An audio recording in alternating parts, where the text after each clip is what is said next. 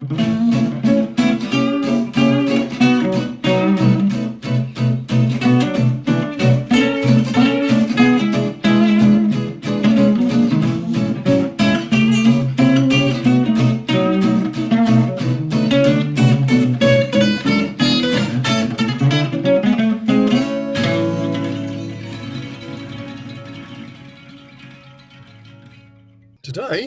I'm interviewing Sam Griffin. And hi, Sam. Hi, how are you? I'm very well, thank you. I've got a cup of tea, so everything's good. Everything's good in the morning. There's a cup of tea. Absolutely, yeah. So my first question is, what do you do? Oh my goodness. My proper job is I'm a welfare and engagement officer for an outdoor education company. So as you can imagine at the moment, things are quite quiet. Been on furlough since the end of March, not likely to be back in the industry till after Christmas. So I've been twiddling my thumbs quite a lot. My other jobs that I do, I am a radio presenter on Radio Ashford. I do a weekly show there and kind of cover lots of other shows as well. Got a little PR company that I run with my husband, and I've just been appointed station manager for Firebrand Radio as well. All right. Gosh. They're quite busy. Yeah, that sounds brilliant. Yeah. So, have you always been, you're obviously a good communicator, because you wouldn't be doing what you're doing. Very important, yeah. Yeah, so let's just sort of trace that back to, when you were younger. What did you, what were you like? That's a straightforward question. Yeah, no, I was quite a confident child. At secondary school, I was in all the drama groups, did all the plays, singing and choir, did all the public speaking competitions. So I'm quite confident in approaching people, asking questions, and that's kind of developed. So obviously, and then I worked in education, so working with small children. I've got a degree looking after children with special needs. I'm very patient, and communication is very important. So basically, a lot of my growing up is around people. I'm a very people person. Yeah, that's interesting. So, what I want to sort of pull on this thread, because I think this is one of these. This is something I haven't really explored, but I think this is really true for people who are good teachers. You see, when did you realise that you were good, or I was going to say a good communicator? That sounds a bit too dull. I mean, just you got on with people. That's probably the best way to put it. You know what, the main way that I realised kind of in my late teens that I was somebody, people used to come to me to talk about their problems, for support, and if they were having a bad time, they'd ring me. I was kind of the go-to person that friends would contact and reach out. And at school, I kind of was, Sam's in. Sam can help teach French today because she's really good at communicating, and she's. So that's kind of when I knew. Kind of, I would probably say my late teens, when I didn't have my sensible moments. Of course, I was a bit of a tearaway at times, but later on, I become quite the sensible one.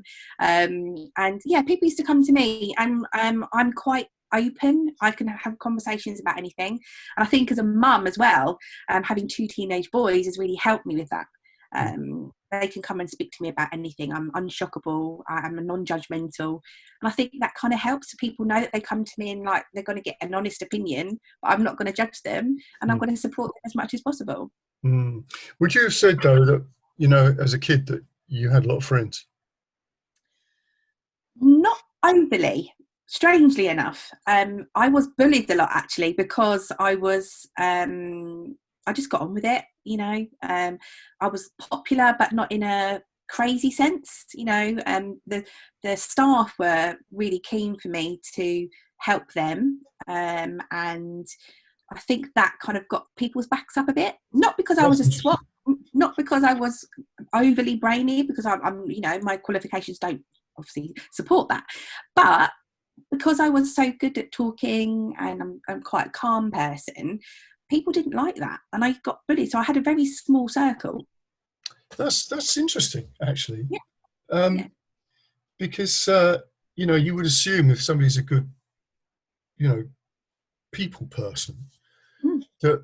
that doesn't happen. But of course, I mean, if you step back and think about it, it would happen, because if you've got the type of characters who would bully, they tend to be the ones who've got a bit of a problem anyway. Yeah, I kind of found that growing up actually, that and my mum and dad used to tell me all the time, it's not you, it's them. Yeah, absolutely.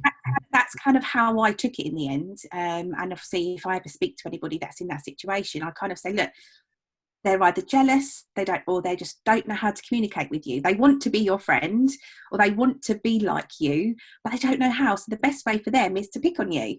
I kind of have had that hat on, really, and of course it affected me in some ways, but not in the long term. In the short term, it probably was really frustrating for me. Right. But yeah, it's weird how things go, because like you say, you would think normally that somebody that was nice and caring and outgoing and comfortable with speaking to people would be quite good with people, but actually it was them, not me, and it took me a long time to get used to that. That's interesting, that because you can't, you can never really evaluate where people are coming from with Yeah.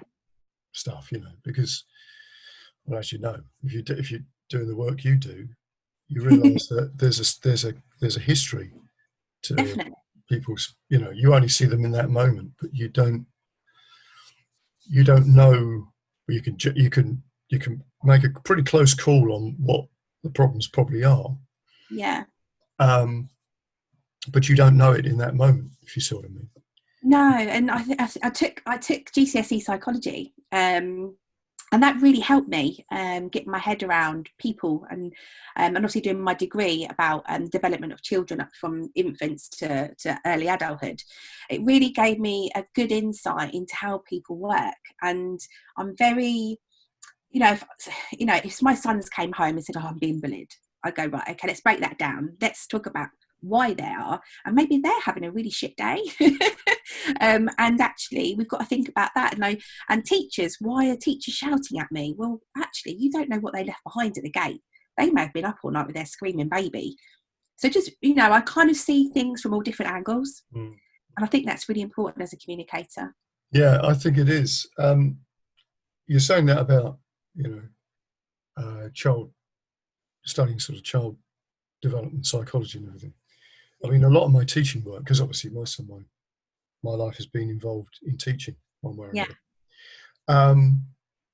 Most of my teaching has come just by observing kids and what goes on, and what seems to be the way that they do things, to the point that you look at how children learn and you think, well, you can take the rule book and almost sling it out the window, because you just watch what they're doing and see what goes on there, and then you can apply that again to adults. That sort of thing of, there's no judgment in what they do. It's just like they just get on with the thing. They're not trying to assess anything, like an adult does. Everything's taken on board. I mean, I had a really interesting email from somebody talking about songwriting. And I was using a technique, sort of cut up technique, where you take random things and put them together and show people how, Bowie used this, but umpteen people, Lennon used it, and all the rest of it. And this, I know this particular lady is quite analytical. And she's a very well-educated person. And she was sort of tearing herself up about the fact that she'd taken a phrase from somewhere that might be recognised where it came from. Right. And I was thinking, well, first of all, why are you asking that question? Really, the question you need to ask is, why are you asking that question? Not that question itself. Definitely. And I was thinking, because most artists don't even do that. I mean, they're a real, it's like, we've got this idea, because every idea comes from somewhere. Exactly. This idea, this sort of materialist idea that this idea is yours. It's like, well, actually, let's sort of take that apart, like you're saying, deconstruct that. And I think, looking at kids learning, they don't have to go through all that stuff. This is an idea, and it's just an idea. Here it comes. This is something. and they run with it and they go with it, no matter whether it's good or bad. They have like no judgment, no thought concept. They don't really see, they see right from wrong, but not on a deeper level. No. Well, not in a level that they sort of tear themselves apart over. Yeah. If you see what I mean. Yeah. Now, I've worked with children from age 3 upwards, and through a lot of my degree I'd had to do a lot of observations and stuff like that. So I'm a good people watcher. I'm a pretty good judge of character, and I think being quite a warm person, people are drawn to me. I get messages all the time from people, oh, I need some help with this, or are you free to do that? And I always, if I can do it, I will always help. And that's something that I'm trying to teach my kids, is that no matter what time you have, always give a little bit back to somebody else. That's right. Well, the thing is, I think that's a real good people skill. Yeah. Just giving something back.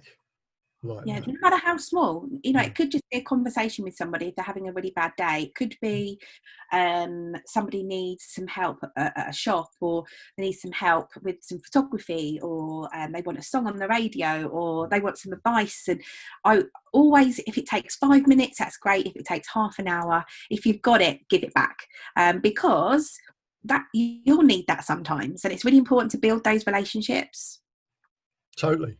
And I think that's an interesting point here. We're getting quite deep quite quick, which is absolutely fine. Because in actual fact, that's something I feel that is lacking now. And I think it's lacking more so now than it has been in the past. And maybe we're beginning to spot this, that there's such a commoditization of everything. Everything's sort of like, you can buy that. Yeah. I want this thing. I can just go on the internet and have it. Right. Yes. And somehow that's made what you're saying there about oiling the wheels of communication, of just giving something back, has almost been pushed out of the frame. Yeah. Now, in the past, it was always about, you needed to know somebody who knew something. You see what I mean? If you didn't know, you needed to know somebody who had that. Now, that's even disappeared because somebody can go on the internet and find some faceless person. Yeah. Well, not faceless, but you know what I mean? Somebody that you don't actually know. Yeah. Who can show you how to do whatever it is, But in actual fact, in the past, you knew that person. You built a rapport with that person somehow. Yeah. And I think that's important. Yeah, I think that people want something, and a lot of it is financially driven, and I get that. Yeah, I get that as well. Yeah, I know. And in a lot of the stuff that I do, the radio, I'm a volunteer. I volunteer on that radio station, but I put my heart and soul into it because I love it, and I'm giving back. I'm giving the opportunity for musicians to air their music. I'm giving the opportunity for the listeners to hear that music and communicate with them. As much as the financial element is important, the feeling you get as a person from giving back is immense. Yeah. And we really need to get back to that. It's so important because people, and I think children are being brought up as well in a society where having a financial stability is vital, that they've got to think about themselves above anyone else. And it's not really how I work. No. And I totally agree, because I would say also now added into that mix, because of what's been happening, is this uncertainty about whether you can trust anybody else. Yeah. Because you can't be with them. And it's insane. I mean, okay, I get all the stuff about what's going on and everything, but always with these things, there's an unintended consequence that's unseen. Yeah. And that is never taken into account. And this one feeds into something that we've got, significantly, it's a significant aspect into society, which is depression. And you've got to be able to communicate with other people, and you can't be on your own. Yeah. And this is all feeding into that, that area.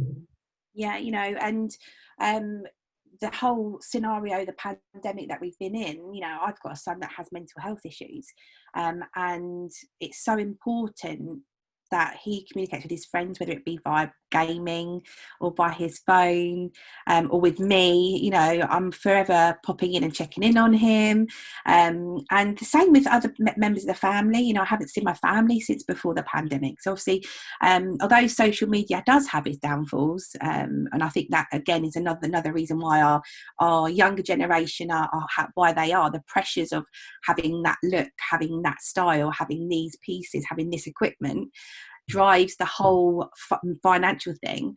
It's given people a way to connect with each other still, FaceTiming with grandparents and family across the country. So that, social media is great, but it's also not. It's kind of like... Yeah, because every technology is a trickster, let's face it. Every technology, whether that was fire or whatever, there's always the downside. Definitely. It enables you to do this, but then there's, this is what I was saying, there's the unintended consequence of something. Yeah, exactly. But we've got to be very careful that we don't ignore those things, But in the same way, we have to use those things because that's just where we are. That's just literally where we are. I was trying to explain to my son kind of at the beginning of all of this that, can you imagine if this happened 15, 20 years ago? How would I have contacted my mum just by phone? I wouldn't have been able to see her physically on a screen or whatever. Like, we couldn't be doing what we're doing now. About this because I'm wondering, because obviously what we're doing now is not actually any different from what Samuel Pepys wrote about. Yeah. It's exactly the same. We haven't. Exactly. Nothing else has changed. They would, if somebody had plague, and that was probably something very similar to what we've got, respiratory problem, right? Because it wasn't, it wasn't the Black Death, whatever, but it was a respiratory problem, right? So the Great Plague, which he wrote about, if you had it, they basically boarded your house up and people gave you food. Yeah. Right? And some people didn't obey that. They sort of went out. But the idea was you isolated people, but and people did wear masks and all the rest of it and what have you, but they didn't allow the economy to collapse because obviously you couldn't buy things any other way than going to see somebody else. Exactly.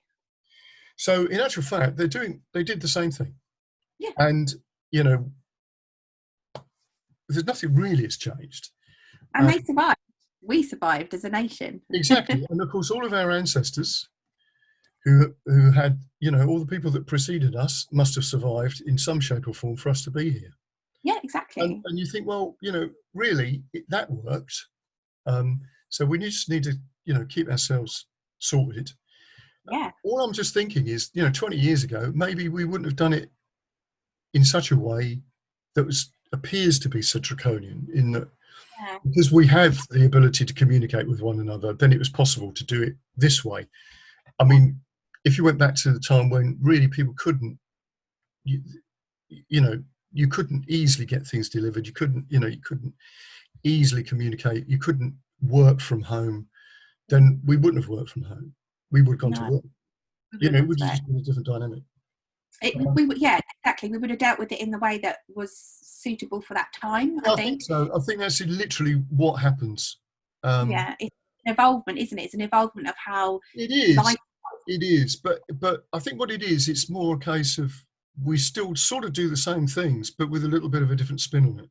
I think at the end of the day, that's how it is. Basics are the same, aren't they? Yeah, and all these things always come from China, down the Silk Road or wherever, or even the Spanish flu. It probably didn't even come from China. No, it didn't. No, just whatever.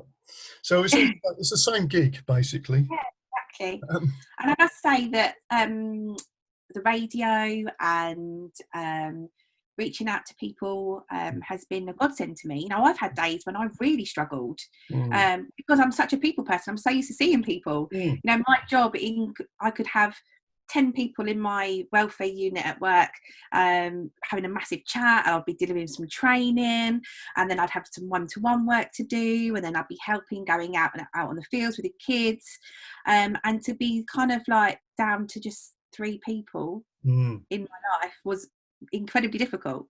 So there have been days when I've cried because I'm like, I want to go back to work. I'm not used to being, I've worked all my life since I left school, and I found it difficult, and I'm a pretty level-headed, calm person, but you know, we pull on the positives from it. We have to, you know, I had more time with my children, we've had quality time together that we would never ordinarily have in our busy lives, so it's had its pluses for sure, but obviously a lot of negatives too.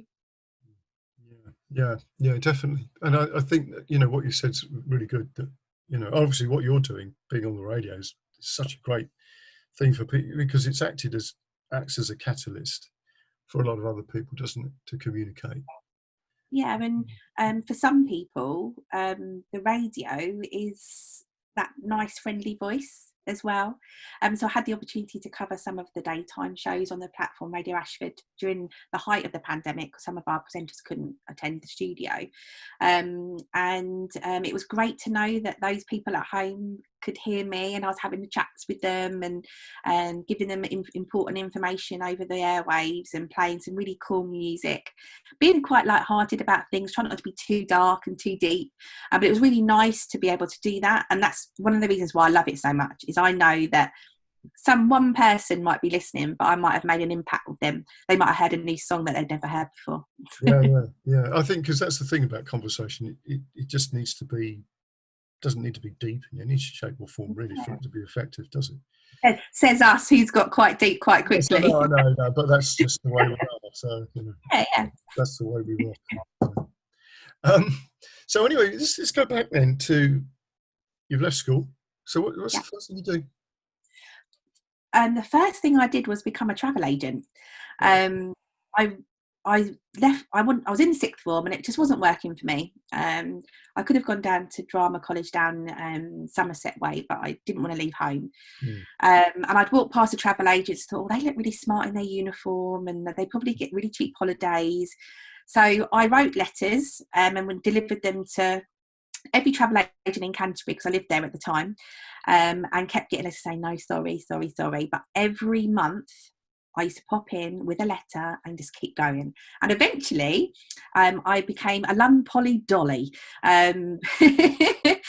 Started off as a YTS, like on £30 a week. Became sales consultant of the year within 18 months. Did my MBQ up in London for travel and tourism over 3 years. And eventually became an assistant manager down at the Folkestone branch, all in this space of 4 or 5 years. The pay wasn't great. But I loved it. Again, it was a people thing. Sitting in people's holidays, their trips of a lifetime, honeymoons, retirement cruises, getting excited, and you know, and being on that journey with them was amazing.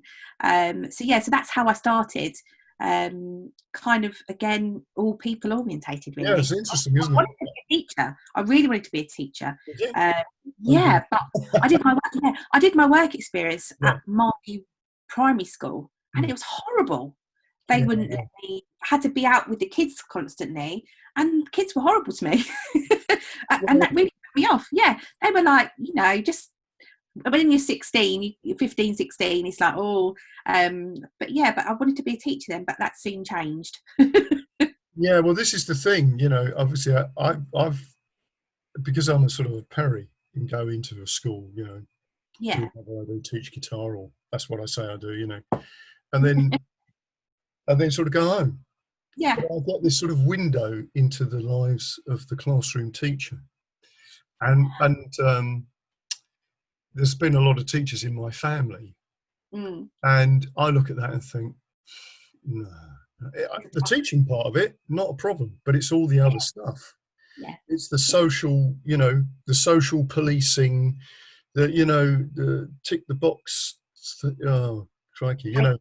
Coming out of your ears. Oh, It's terrible. And of course, it's actually got quite bad, even if you're just a parry now, just going in. There's so many things that, you know, you're expected to spot. Oh, and of course you can. That's the interesting thing. You can spot whether there's a problem somewhere. Yeah, Subtle changes, which probably a classroom teacher might not see because they've got so many. You're just seeing exactly. somebody who comes in Yeah. and, I you know, did a they're lot of on their work in own. my teaching times with small groups. Mm. So I saw that quite a lot. So, but yeah, you're right. Some teachers, there's 30 children.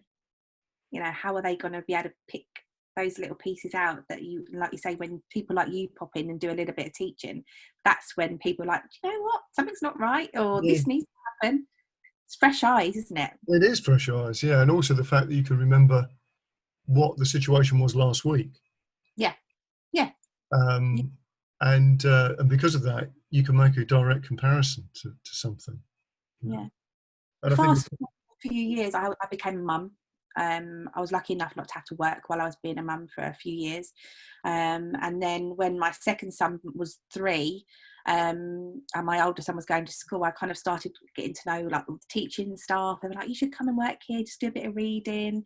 So when Rafferty started school at 5, I started just going in as a volunteer and tidying and stuff like that. And I loved it. You know, I think because I'd had kids myself, my patience level was a lot better and more tolerant. I could use my creativity. I'm quite a creative person. And I was communicating. I was teaching these little guys, you know, and I loved it. So that's how I did my MVQ in it for a few years. And then when I was 39, I did my degree wow, while working, well, alongside my working, I did one wow. day a week over at Christchurch University in Canterbury, Mm, and got my foundation degree in childhood studies with an SEN specialism, mm, working with children with Down syndrome, autism, stuff like that. So very challenging, but I absolutely loved it, and I did that for about 10, 11 years. And then I just wanted to change because, you know, I wanted to be a teacher. I was desperate to be a teacher, but I could see these guys wearing themselves out, you know, stress, no time at home because I take stuff work home with them, starting at 7 o'clock in the morning and not leaving till 5. And I was like, do you know what? I don't want that. So then I stepped away, just went into like a customer service role over the phone, 9 till 5, 5 days a week. And I enjoyed that too. Became communication champion for the company, and was invited to lots of different depots across the country and talking to people and things like that. Was an advocate for the mental health team. So yeah, and then wanted to get back into education somehow, but not in teaching. And that's when my welfare engagement officer came in. yeah, it's great. It's Yeah. interesting, isn't it? You can see that sort of thread, the theme that sort of runs through what you do. Mm. That's really interesting, and that's the type of thing that I like to, you know, Yeah.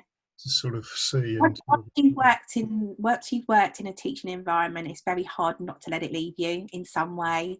Mm, I just got to a point where I didn't want to change nappies anymore. I didn't want to, you know, experience being hit and bit and spat on and all that kind of stuff, which happens. You know, working with children with special needs is very challenging.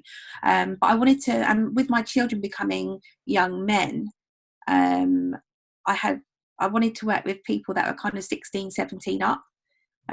So that's why I made a change, and I absolutely love it. Absolutely love it. mm.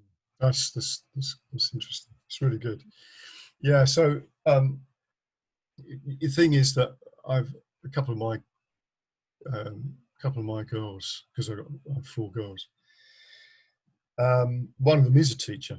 She's Yeah, a dance teacher, and but one of them had done a number of things, and then she started talking about maybe training as a teacher, and I said, "Hang on a minute, whoa, just a minute.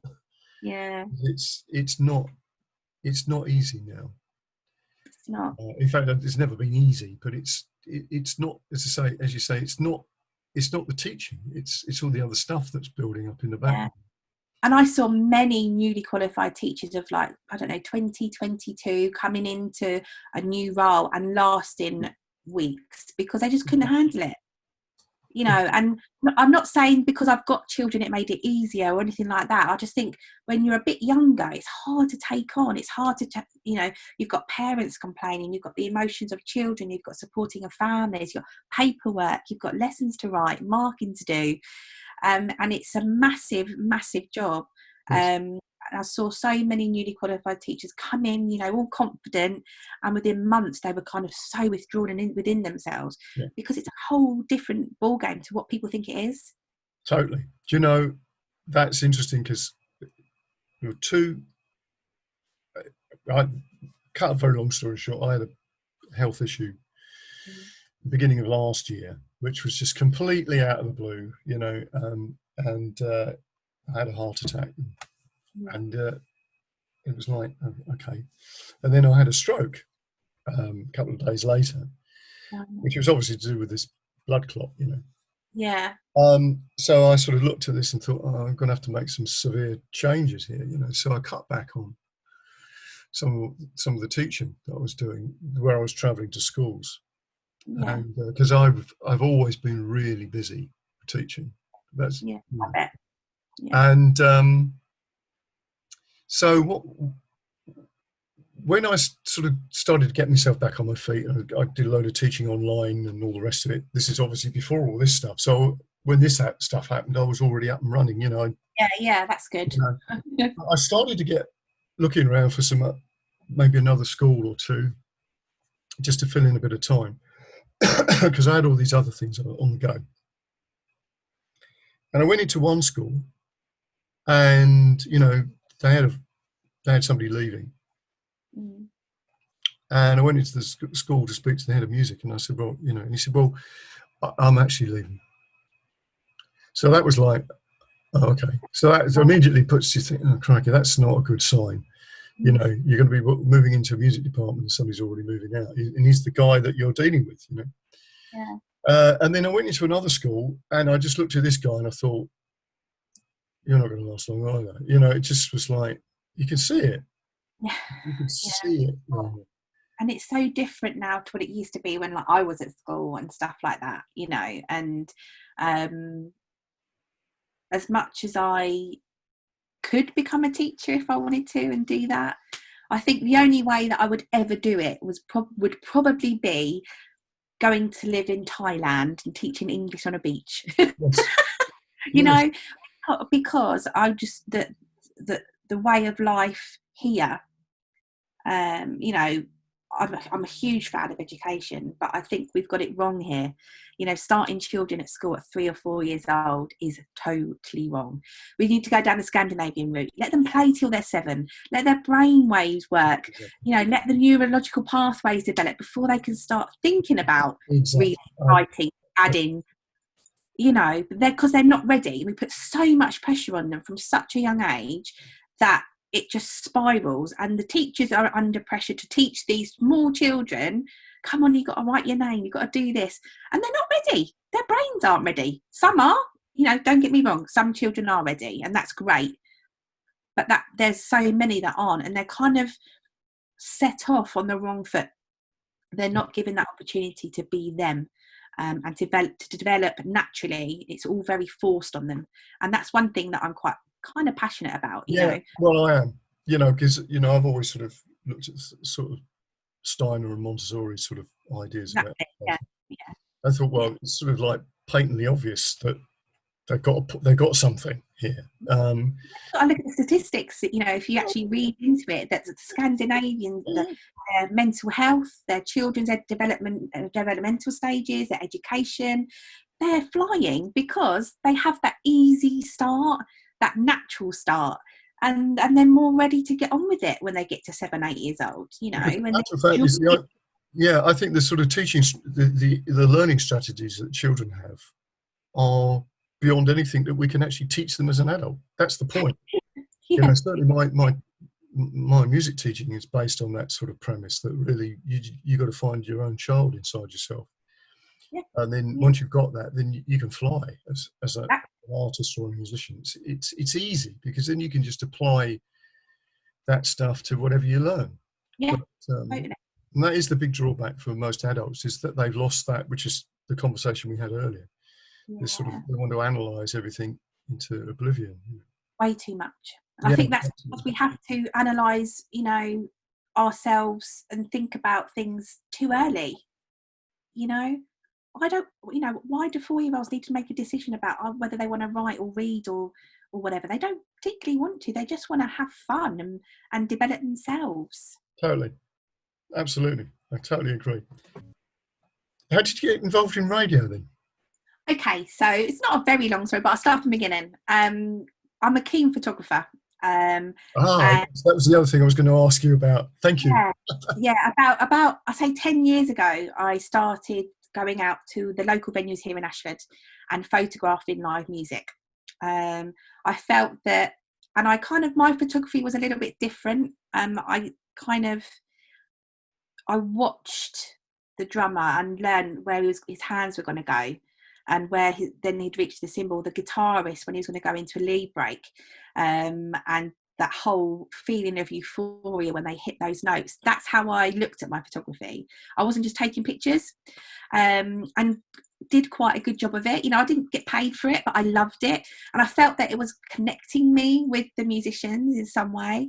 So that's how it kind of started. Lots of bands would come and say, "Can you do some photos?" And I started photographing a few festivals here in Ashford. We had like 3 at the time. We had the Ashford Rugby Club Music Festival, we had Create and Ashford Festival in the Park.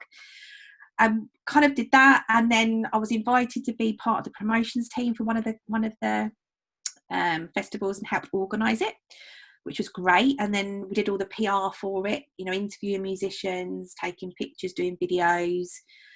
And one of the presenters from the station was presenting at one of the festivals and kind of said, you know, you should really come on the radio.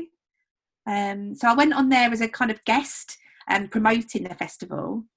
And I loved it so much. They loved it so much. And then I just started co-hosting with one of my friends, and then it all went from there. Amazing. um, Completely got the bug.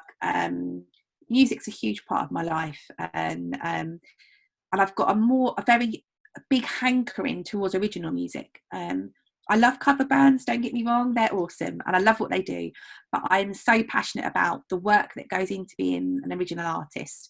The fact that there aren't many platforms for them to perform on, because it's very unusual for pubs or whatever to book an originals band.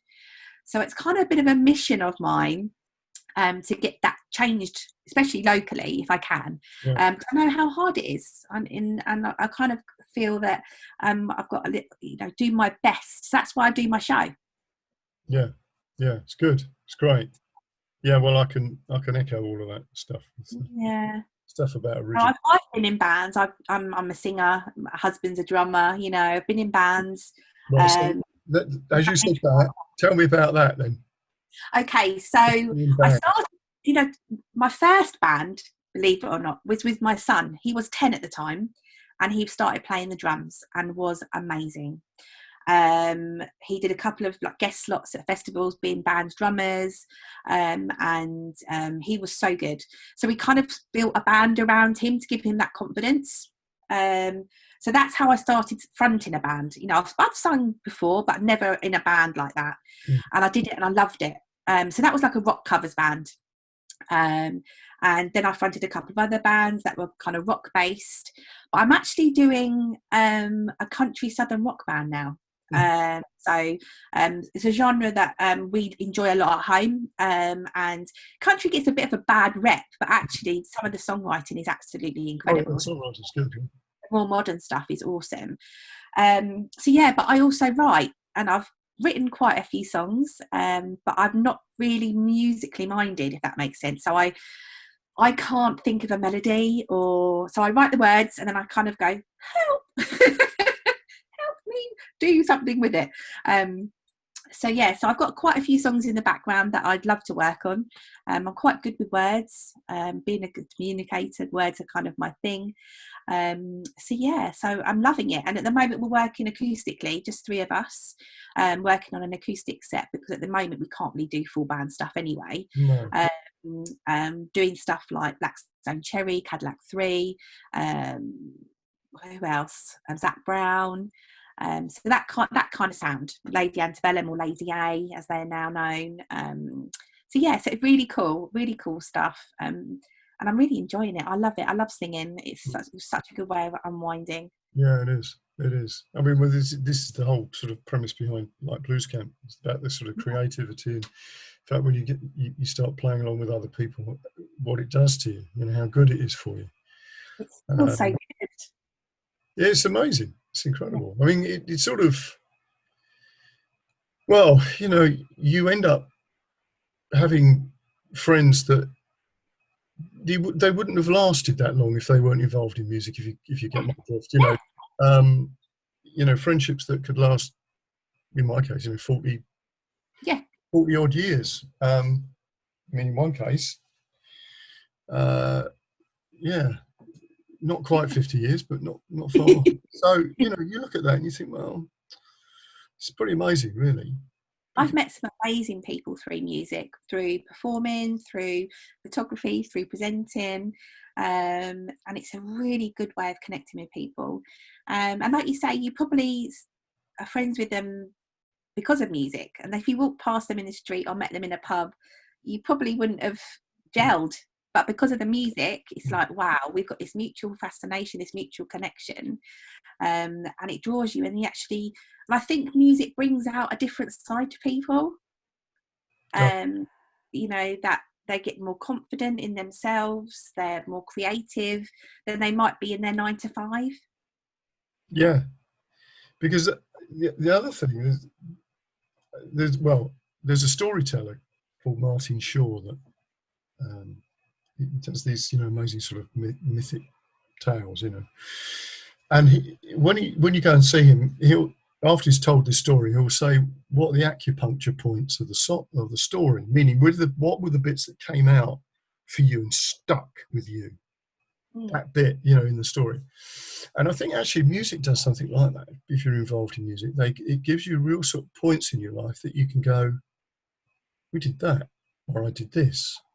Yeah. And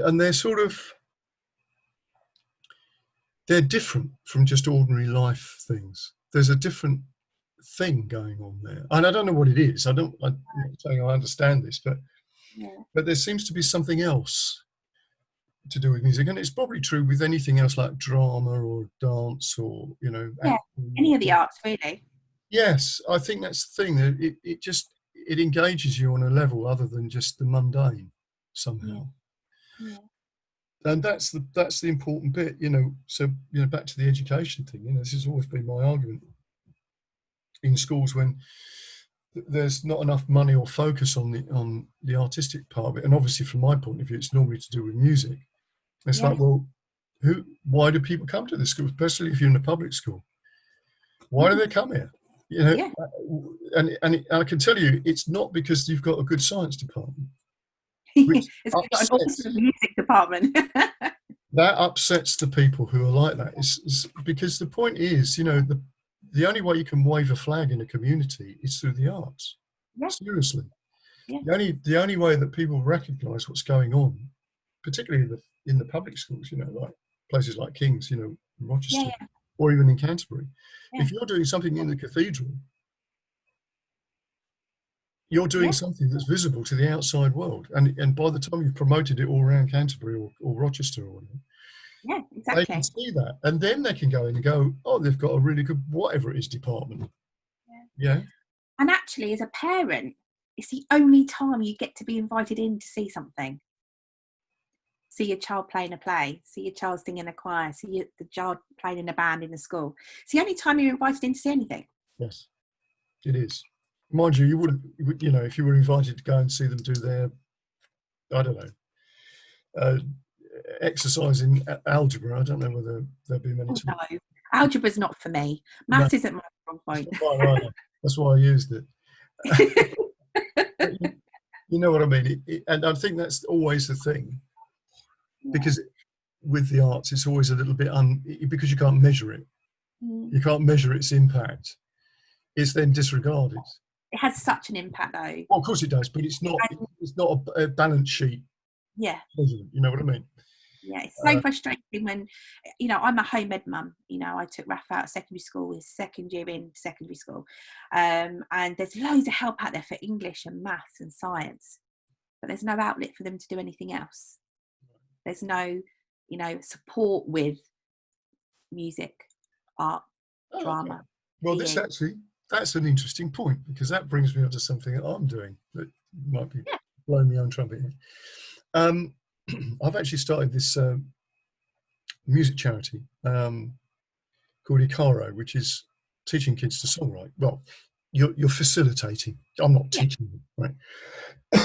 And the idea is we were just about to do a series of videos just to go send around all the.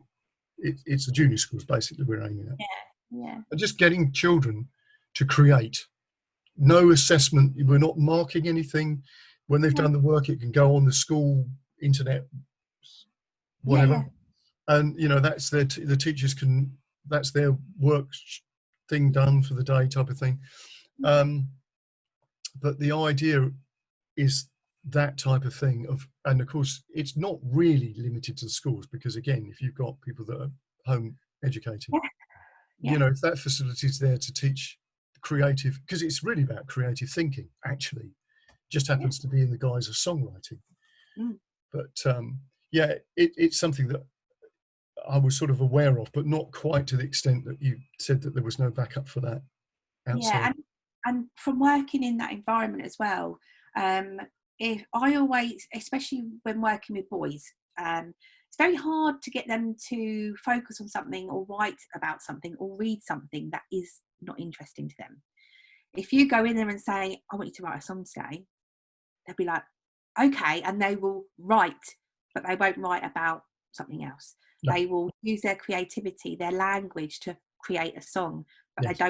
they don't want to learn about London Bridge or whatever, No, no, and totally. giving them that opportunity to write a song and putting on their strengths in a different way is, I'm a great believer in that as working in education. Um, my eldest son hates reading, but he would read a book about wrestling when he was younger, from front to back. Yet Yeah. give him another book, nah, it's fine. Well, there It's was a all about, funny story. I must tell you this, because this really epitomises what you're saying. There's a member of my family, apparently was just like, everybody was concerned about him as a little kid, because he wasn't reading yeah, at school. Of course, he was at home reading books about dinosaurs. And and he had all the names down and everything, not just like silly books about dinosaurs, this like proper books yeah, about yeah, what they understood at that point in time about dinosaurs. And you sort of go like, come on, it's like, just because they're not doing what is on the bloody syllabus type of thing, doesn't very mean that, and it's actually the system that's wrong about engaging. yeah. I think most teachers, given the opportunity, they would hone down their teaching and their planning to the children individually, because every child is different. And if they were given that scope to do, and they had children that were like dinosaurs, or were interested in space, Yes. or was fascinated about Freddie Mercury, Yeah. or loved cooking, Yeah. they would make sure that that one child's syllabus incorporated that on the most part, because that's what would get them engaged, and they would flourish, absolutely flourish. Yes. Well, we're almost back to the Steiner thing of being child led, Yeah, yeah, yeah, or child centered teaching, which yeah. again, this is. Talk about this for hours, Vic. Well, but the trouble is, if you're involved in education for a long time, you see it, and it's like, well, it's the sort of bleeding obvious, you know what I Yeah, mean? it is. And until I was a home ed mum, I didn't realise how much the home ed system was. It is massive. And obviously with the whole pandemic thing, a lot of parents aren't sending their children back to school, because actually they realise that their child is happier, they're learning better at home, they're sleeping better, Yeah. and so as much as education is important, and schools are important, of course, but school doesn't fit everybody. Yeah. And that's kind of how I feel, and why would I want my son to be desperately not going to school, fighting for him to go every day, when actually at home he does the work, he helps me around the house, and he's learning life skills, far more important communicating and learning how to do banking, shopping, running a house. Still did his maths and English and his important, you know, his main subjects, but he's much better, you know. Yeah. And so education is vital, but the level for each person is totally different. Yeah, and I think that the thing is, it's not really about the education, is it really? Because we're not saying they don't need it. It's just like, well, they don't need it like that. You know, I don't know if you're familiar with the small school, right? Satish Kumar and yeah, okay. Well, Satish's thing is teach them how to make bread. You know, it was like, it's that sort of thing. It's a lot, as you say, it's a life skill. You know, what are the life skills? Teach them how to make this and make that, and then you can, somewhere along the line, you know, then the poetry and then this and so on. But it's like empowering. It's about empowering people. And education really isn't that. We haven't got that. It's not about empowering people. It's about getting everybody so that you can tick a box so that they can go off and do a job that doesn't exist anymore. Yeah, I know. You know, it's like teaching people how to work in a factory. Really, that's the system we've got. I know, but also as adults, you know, you get younger adults that really enjoy working in a factory environment, and that's kind of where they want to be, and they're happy. Yeah. And then you have people going, well, don't you want to get out of that? No. But the point I'm saying is that the actual system is based on a factory system. Yeah. You know, yeah. Making it that people can go and work in a factory. I mean, that's how far back we are. When you look, well, how many factories have we got? You know, it's like, well, we're not really actually doing what's required, which is actually flexibility of thinking. That's where we need, because we don't know what the next 10 years is going to be like. You know, let alone the next 20 or 30. We have no idea, even the next 5. It took me, I don't know, 10, 15 years to realise what I was and what I wanted to be. You know, when you're at secondary school now, age 14, right, what do you want to do when you're older? Let's do a career fair. Oh my God, they don't know. They should be worrying about is growing up right now, not worrying about what they want to do. Obviously, there are children that are really passionate about something and they want to do that, which is awesome. But so many aren't. Generally speaking, no, because we have to talk in generalisations. There's always an exception to that, you know. Yeah, of course. But generally speaking, you need to have the flexibility of thinking and adaptability of thinking. Yeah. And that's always been my argument about how the education system, even from early on, I spotted that. It's like, well, are you actually teaching people to think? Yeah. You're not really teaching people to think. And that's, again, we come back to the arts. I mean, the arts are about exploring ways of thinking and how people are, and the fact that, you know, what is personality? What's persona? You know, if you can act and become somebody else, what is that? You know, and and a lot of people, in my experience, flourish when they're not themselves. Yes. You know, they can use the arts to escape, and so many people I know rely on music, whether it be just listening to it, writing it, performing it, as a form of escaping and being someone different, you know. Me, I'm just me and I love it anyway, but there are people that generally kind of like, that's their way of being a bit of an alter ego. And being that person inside that they're frightened to let out. Yeah. I mean, let's face it, you think of these sort of great performers who are actually split personalities. I mean, Prince is a classic example. Yeah. But even somebody like Sting, I mean, you know, having another name. You know, it's that type of thing. And, you know, if it worked for them, it's worth giving it a shot, isn't it? Exactly. And so many of those big stars, you know, like Freddie and even Robbie Williams, stood there and said, I am petrified about being on that stage. I get so nervous and I have to pretend that I'm someone else to get me out there. Yes. You know, and these are people that are doing it for, like Elton John, you know, Freddie to a certain extent. They all have, their lives are different backstage than how they see themselves on stage, because they kind of translucent themselves into that person. That's right. That's it. Well, it's a getting into character sort of thing, isn't it? Yeah. It's great. Okay. Well, that's been a fantastic chat. That we've covered some really amazing ground there that I don't know how many episodes I've done, about 30 or 40. I don't Yeah. think we've actually covered any of that, which is really good, because all that Oh, stuff that's really good. is Thank really important to me, you know, the way that I see teaching, and it's nice to sort of hear that coming Yeah. from a perspective, you know, slightly different from mine. Mm. Yeah, That's good. and it's great to talk about it because not many people that know me via the music know about all of that stuff, and so it's really good to be able to talk to you and kind of let people know what my background is and why I'm so good at talking to people and listening. That's right. That's it.